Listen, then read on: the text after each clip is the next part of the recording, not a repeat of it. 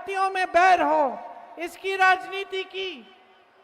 एक झूठा राष्ट्रवाद पूरे देश भर में और यहां पर भी उन्होंने आपको दिखाया। आपका ध्यान भटकाने के लिए कभी कोई मुद्दा उठाया, कभी कोई और मुद्दा उठाया। अभी हाल ही में एसआईआर करवाया जिससे 65 लाख वोट काटे गए हैं आपके। तो जब आपके 65 लाख वोट कटते हैं तो इसका मतलब क्या है आपके लिए? कि आपके अधिकार कट रहे हैं, आपको कमजोर बनाया जा रहा है। जितनी भी स्कीमें हैं, जितनी भी सरकारी स्कीम आपको मिलती हैं, जितनी भी सरकारी फायदे आपको मिलते हैं सरकारी, वो सब कमजोर बन जाएंगे। तो आपको समझना बहुत जरूरी है कि ये जो एसआईआर है जिससे आपके वोट काटे गए हैं, इससे आपके रोज के जीवन पर क्या असर पड़ेगा। आपके रोज के जीवन में कई ऐसी चीजें हैं जो स्कीम द्वारा आपको मिलती हैं, जो सरकार द्वारा मिलती हैं, उन सब को कमजोर किया जाने का काम है ये। उन सब को आस्ते आस्ते आपके पास पहुंचाने से रोकने का काम है। जब ये बड़े बड़े नेता दिल्ली से आते हैं तो आप यहाँ बड़े बड़े मंचों में भाजपा के जो नेता हैं, उनके मंत्री, मुख्यमंत्री, अलग अलग प्रदेशों के उनके गृह मंत्री, प्रधानमंत्री जी तो क्या बातें करते हैं? कोई बताएगा मुझे क्या बातें करते हैं?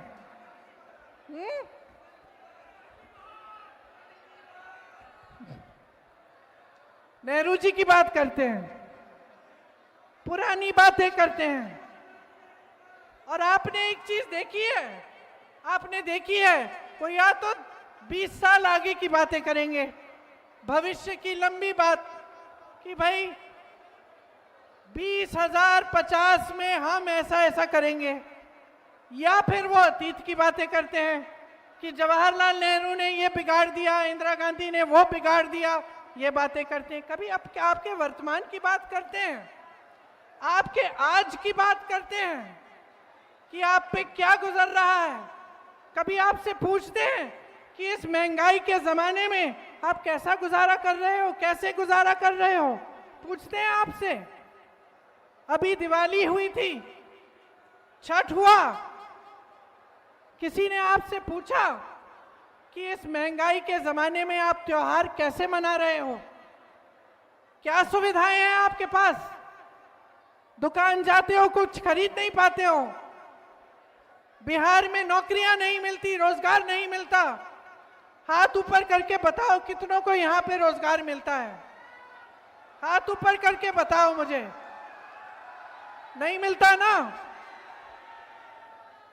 देश भर में पलायन करना पड़ता है। मैंने केरल से लेकर कश्मीर तक देखा है कि बिहार से पलायन करके लोग जा रहे हैं। कश्मीर में अगर किसी सड़क पे मजदूरी हो रही है, उससे पूछो कहां के हो, बोलेगा बिहार से आया हूं। केरल में मैंने पूछा, कुछ दिनों ही पहले ही कुछ लोग मुझे दिखे, सड़क का काम हो रहा था, भाई कहां से हो? यहां के नहीं दिखते तुम। दीदी हम बिहार के हैं। पलायन करके जाना पड़ रहा है सबको। ये जो लहलहाते खेत हैं, इतना सुंदर आपका प्रदेश है, इसमें रहने का ही आपको मौका नहीं मिल रहा है। परिवार बट जाते हैं, लोग पुरुष चले जाते हैं काम करने के लिए बड़े बड़े शहरों में, और परिवार यहां रहते हैं गांव में, खेती करने की कोशिश करते हैं। इन्होंने ये स्थिति बना दी है कि आपको खेती से भी आपकी कमाई नहीं होती। एक जमाने में आप खेती करते थे, आपकी अच्छी खासी कमाई होती थी। आज महंगाई इतनी,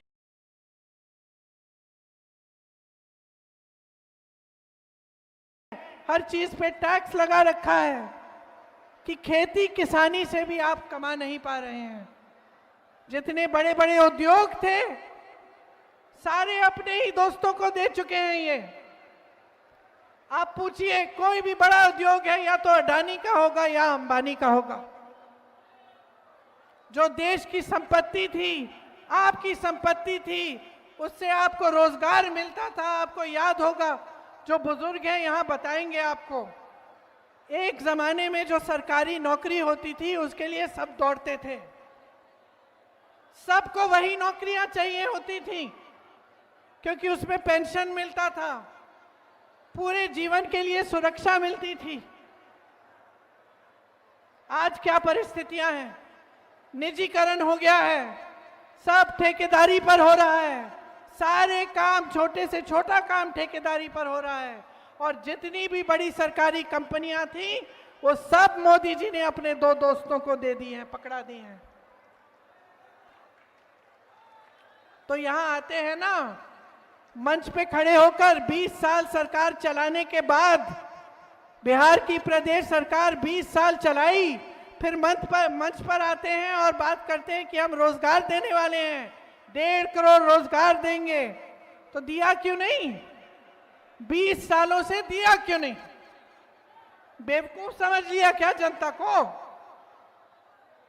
बड़े बड़े वादे करेंगे चुनाव के समय और एक भी वादा पूरा नहीं होगा। महंगाई कम करने की बात करते थे, महंगाई बढ़ गई है। रोजगार की बात करते थे, कौन सा रोजगार दिया? बड़ी बड़ी कंपनियां सारी बेच दी, खेती किसानी से कमाने लायक ही नहीं छोड़ा किसी को। छोटे छोटे जो व्यापार थे, जो छोटे दुकानदार थे, जो छोटे बिजनेस थे, उनको खत्म कर दिया। तो बचा क्या है? बचा क्या है? और कुछ नहीं बचा है इनके हाथों में, कुछ नहीं करेंगे, क्योंकि जो आपका था वो सारा इन्होंने अपने दोस्तों को दे दिया है। सिर्फ खोखले वादे करेंगे, सिर्फ बड़े बड़े मंचों पर आपके सामने इवेंट बाजी करेंगे, इश्तिहार दिखाएंगे आपको सुंदर सुंदर कि आपका जीवन बदलने वाला है। तो किसका जीवन बदला इन 20 सालों में? बताओ भाई, मुझे बताओ, किसी का जीवन बदला है? बहन तुम खड़ी हो, तुम्हारे लिए क्या किया? तुम जब अपनी बच्चों को देखती हो, दिल घबराता है कि नहीं कि कैसे बड़े होंगे, कि मैं खिलाऊंगी कैसे इनको, मैं पढ़ाऊंगी कैसे इनको, बड़े होंगे तो नौकरी कौन देगा इनको? दिल घबराता है कि नहीं? बीमार होते हैं तो दिल घबराता है ना, सोचती हो कि दवा कहां से मिलेगी, मैं डॉक्टर के पास जाऊंगी, प्राइवेट जाना पड़ेगा, और प्राइवेट में जाऊंगी तो इतने पैसे लगेंगे, मैं कैसे इलाज करवाऊंगी? कोई घर में बुजुर्ग होता है तो उसकी देखभाल कैसे होती है? बहन तुम क्या काम करती हो? कुछ नहीं करती, लेकिन घर का सारा काम करती हो ना। सुबह से शाम तक तुम्हें आराम मिलता है? नहीं मिलता ना। यही स्थिति बिहार की हर महिला की है, हर महिला की है, चाहे वो काम करती है चाहे नहीं करती है, चाहे उसका रोजगार हो चाहे ना हो, चाहे वो खेती में सुबह से शाम तक काम ना करती हो, वो घर आती है और सब कुछ संभालती है, अपने बच्चों को संभालती है, उनका देखभाल करती है, बुजुर्गों का देखभाल करती है, सबका खाना परोसती है, ये देखती है कि सबको मिल गया है, सबने खा लिया है, तभी खाती है, तभी सोती है, और फिर भी सुरक्षित नहीं है। फिर भी महिलाओं के खिलाफ अपराध बढ़ चुके हैं, बहुत बढ़ चुके हैं, घबराती है, कहीं जाना है, शाम हो रही है, जा नहीं पाती है, नौजवान है, नौकरी चाहती है, रोजगार चाहती है, मुश्किल में है। तो क्या किया है आपके लिए? 20 साल से सरकार चलाई है और लूटा है, और क्या किया है? झूठे वादे किए हैं, और क्या किया है? मोदी जी कहते हैं डबल इंजन की सरकार चलाएंगे, गलतफहमी में मत होना, कोई डबल इंजन नहीं है, एक सिंगल इंजन है इनका और दिल्ली से चलता है। आपकी कोई सुनवाई नहीं है, लेकिन आपके सीएम की भी कोई सुनवाई नहीं है, नीतीश कुमार जी का कोई आदर नहीं है, उनकी भी सुनवाई नहीं है। आज ये परिस्थिति है बिहार की कि सब कुछ केंद्र से चल रहा है। यहां पे आपके प्रदेश में कौड़ियों के दाम पर जमीन बांटी जा रही है बड़े बड़े उद्योगपतियों को। आपको क्या मिल रहा है? आज आपकी जो परिस्थिति है वो ऐसी है कि अगर आप जागोगे नहीं, अगर आप अपनी किस्मत को, अपने भविष्य को अपने हाथों में नहीं लोगे तो कुछ नहीं बदलने वाला, कुछ नहीं बदलने वाला। बड़े बड़े नेता आएंगे, वादे करेंगे, भविष्य की बात करेंगे, अतीत की बात करेंगे, आपके वर्तमान की बात नहीं करेंगे। और मैं आपसे ये कहने आई हूं कि ये जो वर्तमान है ना, ये जो आपका आज है, ये आप जी रहे हो। ये सुबह उठ के जब घबराहट होती है कि फिर से रोजगार ढूंढने निकलना है या वापस चले जाना है किसी दूर शहर में जहां अपना कोई नहीं है, जहां अपना कोई नहीं है, लेकिन जाना है क्योंकि यहां रोजगार नहीं मिलेगा। ये जब घबराहट होती है ना, तब कोई नहीं रहता आपका सहारा, कोई नहीं आता। ये मोदी जी, ये अमित शाह जी, ये बड़े बड़े नेता तब नहीं आते आपकी मदद करने के लिए। यहां उन्होंने बिहार की जो परिस्थिति बनाई है उसमें से अगर आपको निकलना है तो आपको बदलाव लाना पड़ेगा।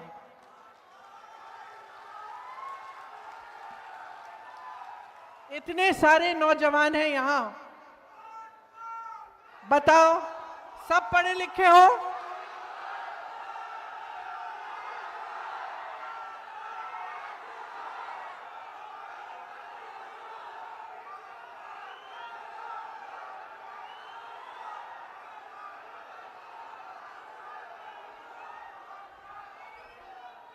आपको मालूम है वोट चोर क्यों हैं ये लोग? क्यों?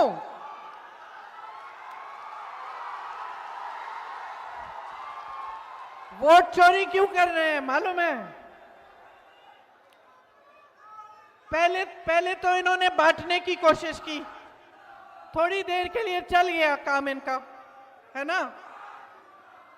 उसके बाद उन्होंने बोला कि जंग करेंगे, ठीक है, लोगों ने समर्थन दिया। उसके बाद कुछ और निकाला इन्होंने ध्यान भटकाने के लिए, सबने समर्थन दिया। अब क्या हुआ कि 10 साल तो हो गए मोदी जी के। और एक बात है हमारे देश की जनता के बारे में, हमारी देश की जनता जो है ना, उसमें विवेक बहुत है।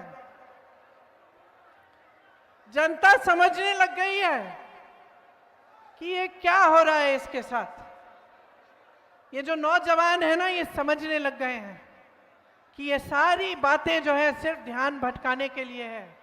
कोई इनकी रोजगार की बात नहीं कर रहा है, कोई शिक्षा की बात नहीं कर रहा है, कोई महंगाई घटाने की बात नहीं कर रहा है, कोई उद्योग लगवाने की बात नहीं कर रहा है, सब ध्यान भटका रहे हैं।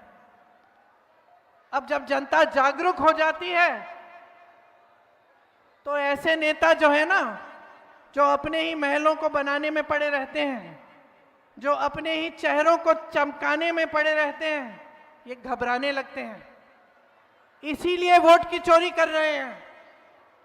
ये वोट की चोरी कर रहे हैं क्योंकि ये जानते हैं कि इस देश की जनता जाग चुकी है। अब ये सब कोई बर्दाश्त नहीं करेगा, कोई बर्दाश्त नहीं करेगा। ये जो नौजवान यहाँ खड़े हैं, शिक्षित हो कि नहीं हो, बताओ कितनों की, कितने नहीं शिक्षित हो लेकिन बेरोजगार हो। और जब नियुक्तियों की बारी आती है, टाइम आता है कि इम्तिहान दोगे नौकरी के लिए, तो क्या होता है? पेपर लीक होता है, घोटाला होता है, वहां भी चोरी होती है। हर जगह घूस है, हर जगह चोरी है, हर जगह भ्रष्टाचार है। जहां देखो एक सड़क नहीं बनती है बगैर भ्रष्टाचार के, एक पुल नहीं बनता है, एक खंबा नहीं लगेगा बिजली का बगैर भ्रष्टाचार के। और इनकी ये हिम्मत है कि आपके सामने आकर ये भविष्य की बातें करते हैं, अतीत की बातें करते हैं। चलिए करें, अतीत की बातें करते हैं। मैं भी करती हूं अतीत की बात। ये जो विकास हुआ ना, ये कारखाने लगे, किसने लगवाए? कांग्रेस पार्टी ने लगवाए। ये कांग्रेस पार्टी ने लगवाए। जो IIM है, IIT है, एम्स है, किसने बनवाए? जवाहरलाल नेहरू ने बनवाए। अगर अतीत पे हम बात करें तो इनकी बोलती बंद हो जाएगी, लेकिन हम अतीत की बात नहीं करते, हम वर्तमान की बात करते हैं, हम आपके आज की बात करते हैं। और हम चाहते हैं कि इस देश का एक एक नौजवान, इस देश की एक एक बेटी खड़ी हो, अपने अधिकार को अपने हाथों में ले और इस देश के निर्माण में भागीदार बने। राहुल गांधी जी जाति जनगणना की बात क्यों करते हैं? सामाजिक समानता की बात क्यों करते हैं? सामाजिक न्याय की बात क्यों करते हैं? क्योंकि आज भी पूरी तरह से प्रतिनिधित्व नहीं है पिछड़ी जातियों का, अति पिछड़ी जातियों का, दलितों का, अल्पसंख्यकों का। पूरी तरह से प्रतिनिधित्व नहीं है। और जितनी आबादी है उतना प्रतिनिधित्व नहीं है। तो वो चाहते हैं कि सामाजिक न्याय हो, कि जाति जनगणना हो। आपको मालूम है कि जब उन्होंने जाति जनगणना की बात शुरू की तो मोदी जी से लेकर भाजपा के छोटे से छोटे नेता ने विरोध किया। फिर पिछले चुनाव में उनको लगा कि जनता का समर्थन तो है, क्योंकि जो चुनाव का नतीजा था वो उनकी खुशी के लायक नहीं था। उनको पता चला कि यहां तो कुछ बदल रहा है, तो फिर उन्होंने कहा कि चलो बिहार में भी जाति जनगणना करते हैं। फिर क्या हुआ? ठंडे बस्ते में डाल दिया गया। गए कचहरी, ऑर्डर निकलवाया और ठंडे बस्ते में डाल दिया। और वही जाति जनगणना कांग्रेस ने तेलंगाना में कराई और उसके तहत वहां पे सारा काम हो रहा है।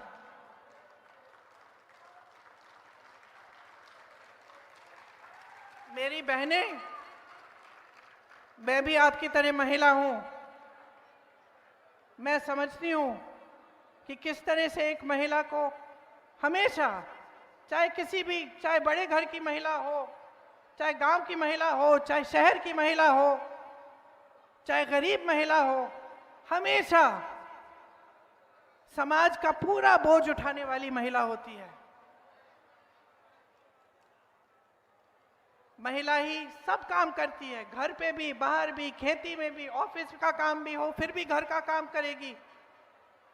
आप सब जानती हो, आंगनवाड़ी का काम करती हो, आशा बहुएं हैं, कितना काम होता है, 24 घंटे होना पड़ता है। किसी की डिलीवरी हो रही है, बीच रात में आपको फोन आएगा, आपको जाना पड़ेगा, आपको बुलाया जाएगा। इतना मुश्किल है जीवन, इतना संघर्ष है जीवन में। तो आप मुझे बताओ, 20 सालों से सरकार रही है, वहां मोदी जी ने अपने रिमोट कंट्रोल से चलाई है, आपके लिए क्या किया? और अब चुनाव आने वाला है तो ऐलान कर दिया कि लो 10,000 रुपए लो। क्या मतलब है इसका? क्या मतलब है इसका? कि जब आपसे फायदा लेना है तो आपके लिए स्कीम निकाली जा रही है, और जैसे ही चुनाव खत्म होगा, भगवान जाने आपको ये 10,000 मिलेंगे या नहीं मिलेंगे, या आपके लिए कुछ करेंगे या नहीं करेंगे। नहीं करेंगे। आप अच्छी तरह से जानते हैं, मेरे से अच्छी तरह जानते हैं। तो नियत पहचानो, इनकी नियत पहचानो, नियत ठीक नहीं है। तो 10,000 रुपए जो दे रहे हैं ना, ठीक है, ले लो, लेकिन वोट एकदम सोच समझ के डालो, वोट मत दो।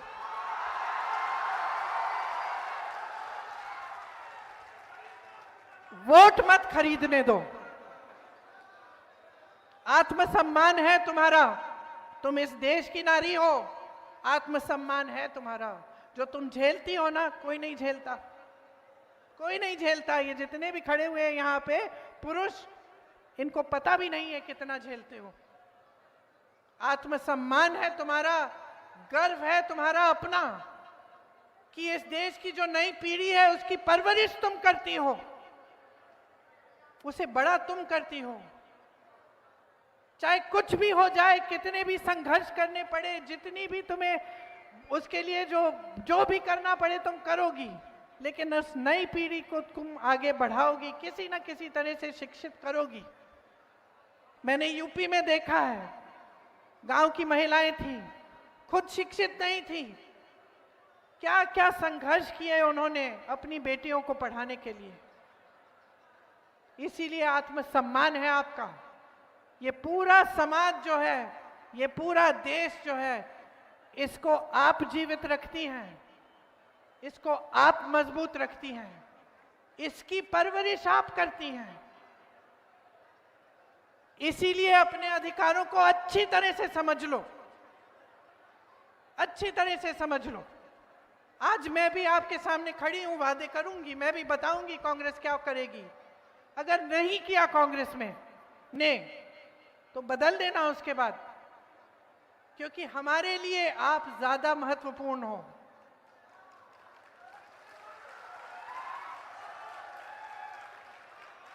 जो आपके लिए काम नहीं करता है उसको हटा दो, निकाल दो, साइड कर दो। और जो मैं कह रही हूं उसको ध्यान से सुनो बहनों, ध्यान से सुनो। जितना विवेक महिला में होता है ना, किसी में नहीं होता। क्योंकि जैसे मैंने कहा, आप बहुत झेलती हैं, आप में बहुत दृढ़ता है, तो आपका विवेक जो है अब काम आना चाहिए। चुनाव का समय है, ऐसा नहीं होना चाहिए कि इस समय सारे नेता आकर झूठे मूठे वादे कर लें, चले जाएं, उसके बाद आपको भूल जाएं।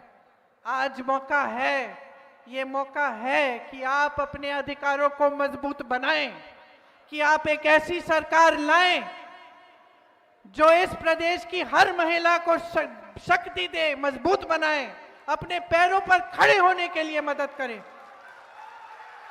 आज ये मौका है कि आप एक ऐसी सरकार बनाएं जिसमें आपको शिक्षा मिले, जिसमें आपके पेपर लीक ना हो, जो एक कानून लाए पेपर लीक के खिलाफ, जिसमें आपको रोजगार मिले, जिसमें जो आपकी संपत्ति है, जो बड़े बड़े कारखाने सालों पहले यहां लगाए गए थे, वो आपकी संपत्ति है। वो बड़े बड़े उद्योगपतियों को, जैसे मोदी जी चॉकलेट बांट रहे हैं उस तरह से बांटते हैं, वो बांटे ना जाएं, वो दिए ना जाएं। वो संपत्ति आपकी संपत्ति रहे और उस संपत्ति से आपको रोजगार मिले, आपको मजबूती मिले। ये मौका है, आज मौका है कि आप, जो बिहार की जनता है, अपने आप को पहचानो। इस देश को खड़ा किया है आपने। आप देश भर में जाओ, बिहार के लोग मिलेंगे। एक जमाने में बड़े बड़े IAS officer, IPS officer, IFS officer सब यहां के होते थे, बड़े बड़े नेता थे आपके। और आज भी आपने इस देश की नींव डाली और इस देश का निर्माण आप करते हैं। ये है इस देश का असली केंद्र। लेकिन आप अपने आप को पहचानो, अपनी शक्ति को पहचानो, और जहां से आए हो उस पर गर्व करो कि आपको बिहार को ठीक करना है। आपको ऐसे नेताओं की बातों में नहीं पड़ना जो सिर्फ अपना स्वार्थ साध रहे हैं, जो सिर्फ अपने, जैसे मैंने कहा, अपने चेहरे को चमकाने में पड़े हैं। आज ये मौका है। ये जो आपका उम्मीदवार है, आ जाओ सामने।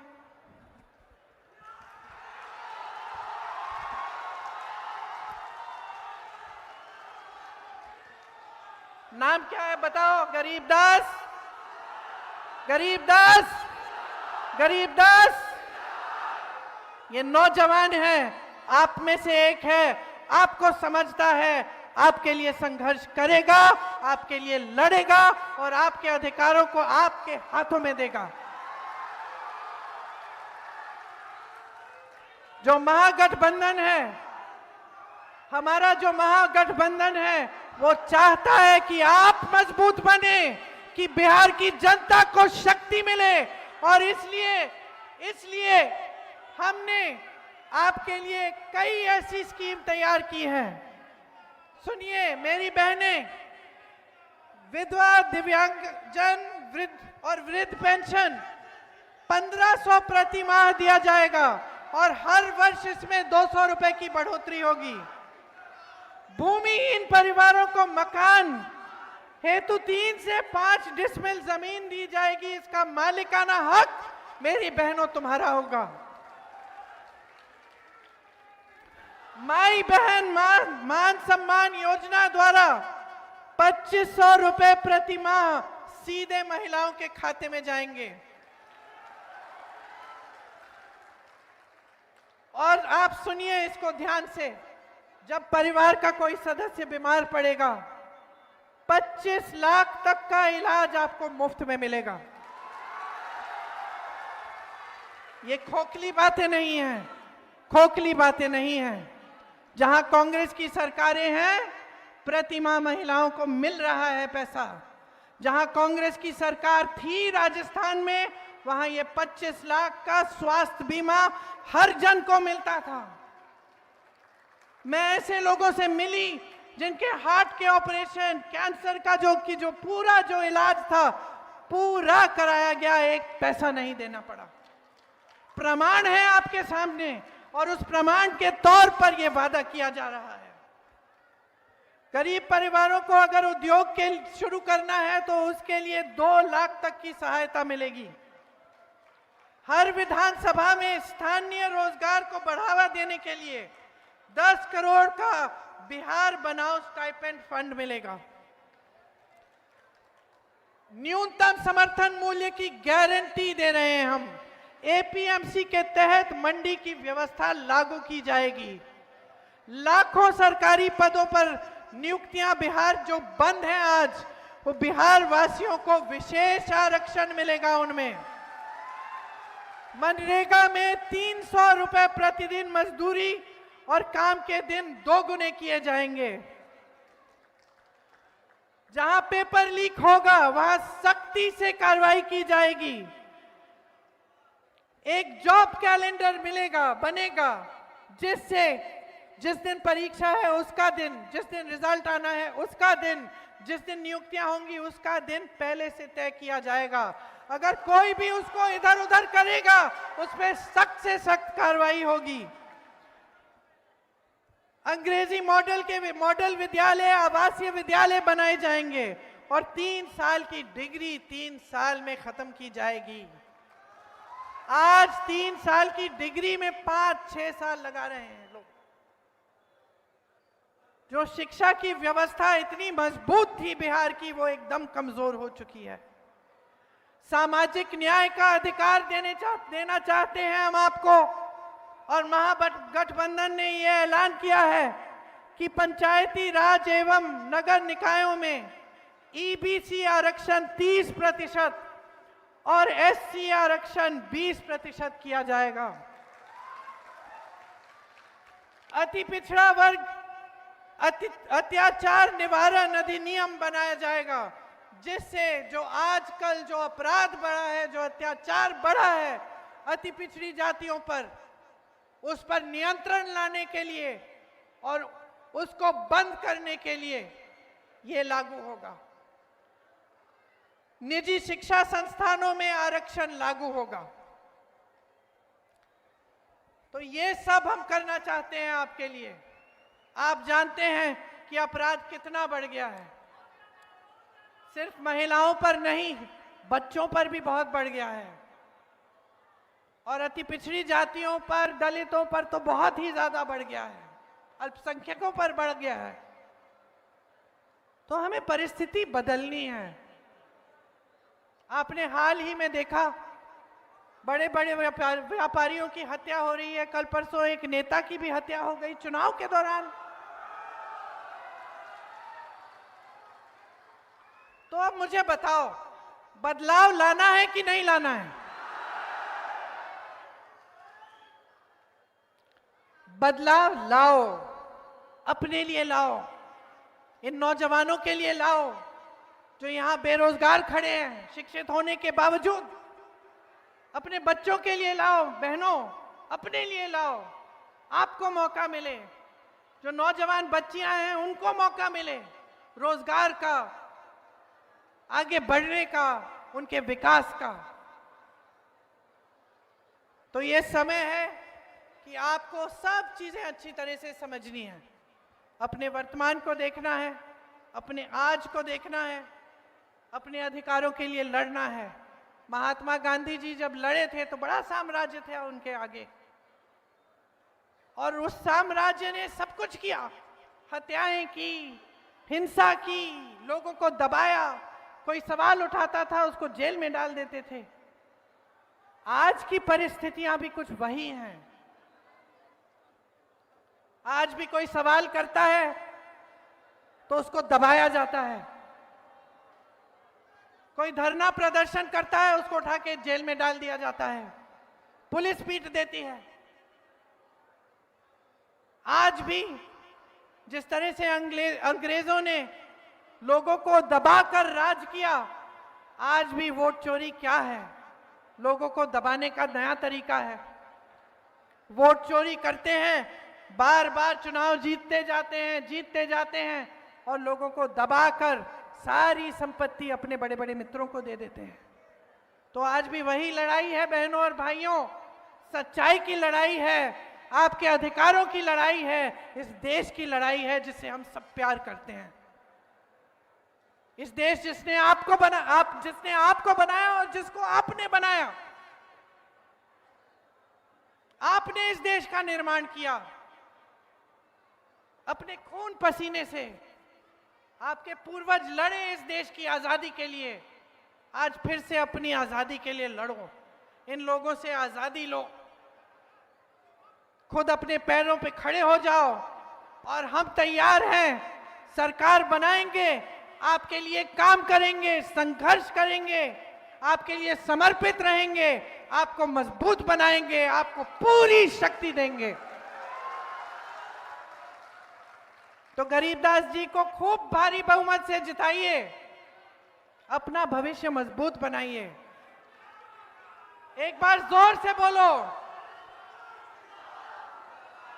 एक बार जोर से मेरे साथ बोलो। एक नए बिहार के निर्माण के लिए, एक नए बिहार के निर्माण के लिए बिहार की धरती को जय बोलो, जोर से जय बोलो, जोर से जय बोलो एक और बार। ये आपकी धरती है, इसको संभालो, इसकी रक्षा करो, अपने वोट की रक्षा करो, अपने अधिकार की रक्षा करो। महागठबंधन के उम्मीदवार को भारी से बहुमत से जिताकर एक नई सरकार लाओ। भूलना मत बहन।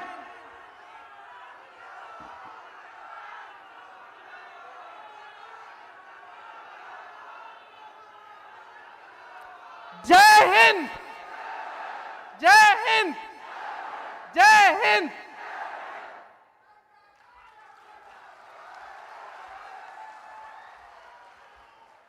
प्रियंका गांधी जिंदाबाद, प्रियंका गांधी जिंदाबाद, राहुल गांधी जिंदाबाद, कांग्रेस पार्टी जिंदाबाद,